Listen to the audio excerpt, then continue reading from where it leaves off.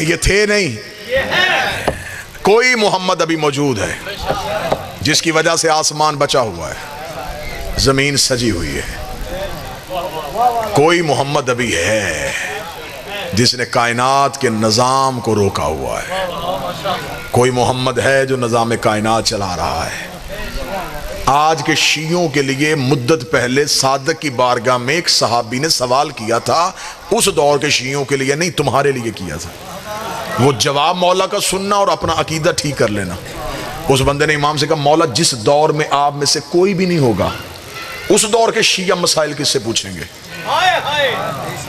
یقیناً یہ آج کے دور کی بات ہے. جس دور میں آپ کا کوئی بھی نہیں ہوگا، اس دور کے شیعہ کیا کریں گے؟ امام جلال میں آ کہتے ہیں، وہ کون سا دور ہوتا ہے جب ہم نہیں ہوتے؟ ہم ہر دور میں موجود ہیں. اب میں کیا کروں؟ میں مشکل دور کا پابند خطیب ہوں. مجھے حقائق پڑھنے بھی ہوتے ہیں اور ہوا کے جھونکے کی طرح گزرنا بھی ہوتا ہے. میں چاہتا ہوں کہ قوم کے سامنے یہ امانتیں پڑھی جائیں، لیکن اشارہ اتنا بہتر استعمال کیا جائے کہ جتنا بہتر اشارہ میری قوم سمجھتی ہے، اتنا روئے زمین پہ کوئی قوم نہیں سمجھتی. میں اشارہ دینے لگا ہوں، جو اشارہ سمجھے گا مجھے چہرے سے پتہ چل جائے گا یہاں اشارہ. پیاسے کا کام ہے چشمے کو ڈھونڈنا. بابا جی اشارہ سمجھے گا. پیاسے کا کام ہے چشمے کو ڈھونڈنا. اب اگر کوئی پیاسا چشمہ ڈھونڈے ہی نہ اور نالی سے پانی پی لے، اس میں چشمے کا کیا قصور ہے؟ کو بیٹھا ہے اشارہ سمجھنے والا؟ تمہارا کام تھا امام کو ڈھونڈنا. اب تم امام کو ڈھونڈو ہی نہ اور کسی اپنے مرضی کے پوچھ لو، تو بتا دے، تو اس میں مالک کا کیا قصور ہے؟ اچھا سوال پوچھنے کے لیے کہتے جی امام ہے ہی نہیں، مدد مانگنے کے لیے امام سے، پھر جس سے جواب مانگا اسے مدد بھی مانگ. اگر وہ تیری مشکل کشائی کر سکتے ہیں تو وہ تجھے تیرے مسئلوں کا حل بھی بتا سکتے ہیں. انہیں بتانا آتا ہے، ہمیں پوچھنا نہیں آ رہا. ہم نے اپنی جہالت چھپانے کے لیے کہہ دیا وہ پردے میں ہے. وہ پردے میں کیسے ہیں؟ وہ تو ظاہر ہے. ہماری آنکھوں کے آگے پردے ہیں. ہماری آنکھوں کے آگے دنیا داری کا پردہ، تعصب کا پردہ، حوث کا پردہ، حرص کا پردہ. یہ پردے ہٹا، تجھے حجت نظر آئے. اگر یہ نظر نہ آ سکتے ہوتے، میں بہت بڑی بات کہنے لگا ہوں، اگر یہ نظر نہ آ سکتے ہوتے تو یہ مرنے کے بعد بھی نہ آتے. موت کے وقت سرحانے کس کی کرسی ہوتی ہے؟ علی کی. علی نظر آیا. کیوں نظر آیا؟ اس لیے کہ دنیا کے پردے ہٹ گئے. دنیا کے پردے ہٹے، حجت نظر آ گئی. تو ابھی زندہ ہٹا، حجت ابھی نظر آ جائے گی. حجت نظر میں آ سکتی ہے، تو پردے ہٹا. مرنے کے بعد بھی تو نہیں بدلا، تیرے اعمال بھی وہی تھے. امام فرماتے ہیں ہم سے ملاقات کے لیے جو شیطان ہمارے ماننے والے کے دل میں پہلی رکاوٹ ڈالتا ہے وہ یہ ڈالتا ہے، کہاں ہم کہاں وہ. آج بھی کسی شیعہ سے پوچھو جی امام سے ملاقات ہو سکتے، وہ کہتے ہیں ہم گناہ گار ہیں. امام کہتے ہیں یہ پہلی رکاوٹ ہے تمہاری اور ہماری ملاقات میں جو تمہارے دل میں ابلیس نے ڈالی ہے. کہاں تم اور کہاں ہم. دو علموں کے درمیان معصوم کا فرمان سنو. معصوم فرماتے اگر ہم تمہیں تمہارے گناہوں کی وجہ سے دور رکھتے تو ہم تمہارے دل میں اپنی ولایت ہی کیوں ڈالتے؟ اگر ہم نے تمہارا ظرف اس قابل سمجھا ہے کہ اپنی ولایت تمہیں دی ہے تو یقیناً ہم تمہیں ملنا چاہتے ہیں. ہم تمہیں ملنا چاہتے ہیں. ہماری طرف سے انکار نہیں ہے، تمہاری طرف سے انکار ہے. ہم ملنے سے نہیں گھبرا رہے، تم ملنے سے گھبرا رہے. جی بالکل. امام فرماتے ہیں کہ میں بہت دفعہ منبر سے یہ جملہ پڑھ چکا ہوں لیکن میں اپنی قوم کے بچوں کو رٹانا چاہتا ہوں. امام فرماتے ہیں اپنے گھر میں دسترخوان سجاؤ تو ایک فرد کی جگہ خالی چھوڑ دو. بچے ماں باپ سے پوچھیں یہ کس کی جگہ ہے تو اس سے کہو ہمارا امام ہمارے دسترخوان پہ آئے گا.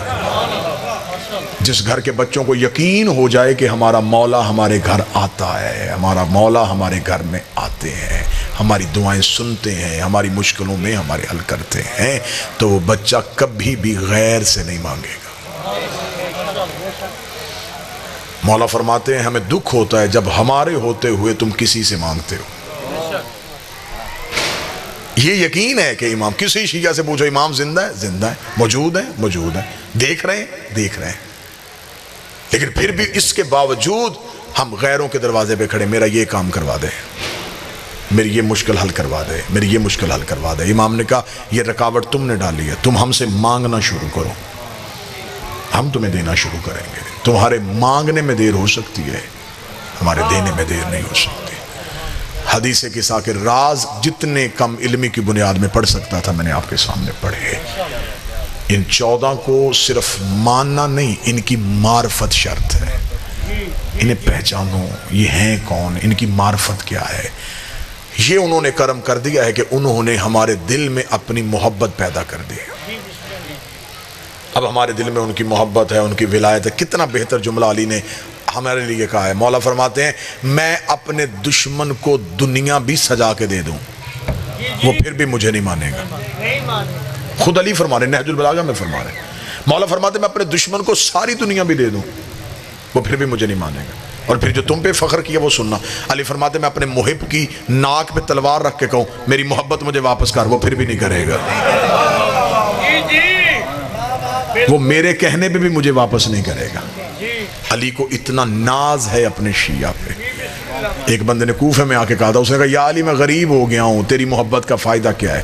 علی نے چہرہ پھیر لیا، اس نے کہا میں مانگنے کے لیے آیا تھا، آپ نے رخ کیوں بدلا؟ امام نے فرمایا حق کے امام کے سامنے جھوٹ بولتا تجھے شرم نہیں آتی؟ اس نے کہا مولا میں نے کیا جھوٹ بولا؟ فرمایا قیمتی چیز اپنے پاس رکھ کے خود کو غریب نہیں کہتے۔ اس نے کہا مولا میرے گھر میں کوئی قیمتی چیز نہیں۔ مولا فرمایا اس وقت بھی تیرے پاس وہ چیز ہے۔ مولا کوئی چیز بھی نہیں ہے۔ امام نے فرمایا ابھی سودا کر لیتے ہیں، میری محبت مجھے واپس کر، کائنات کے خزانے تجھے دیتا ہوں۔ قدموں میں گر کہتا دو جہاں بھی تول کے دے، میں تیری محبت پھر بھی واپس نہیں کروں گا۔ علی مسکرا کے فرماتے اتنی قیمتی چیز اپنے پاس رکھ کے خود کو غریب کیسے کہلوا رہا تھا؟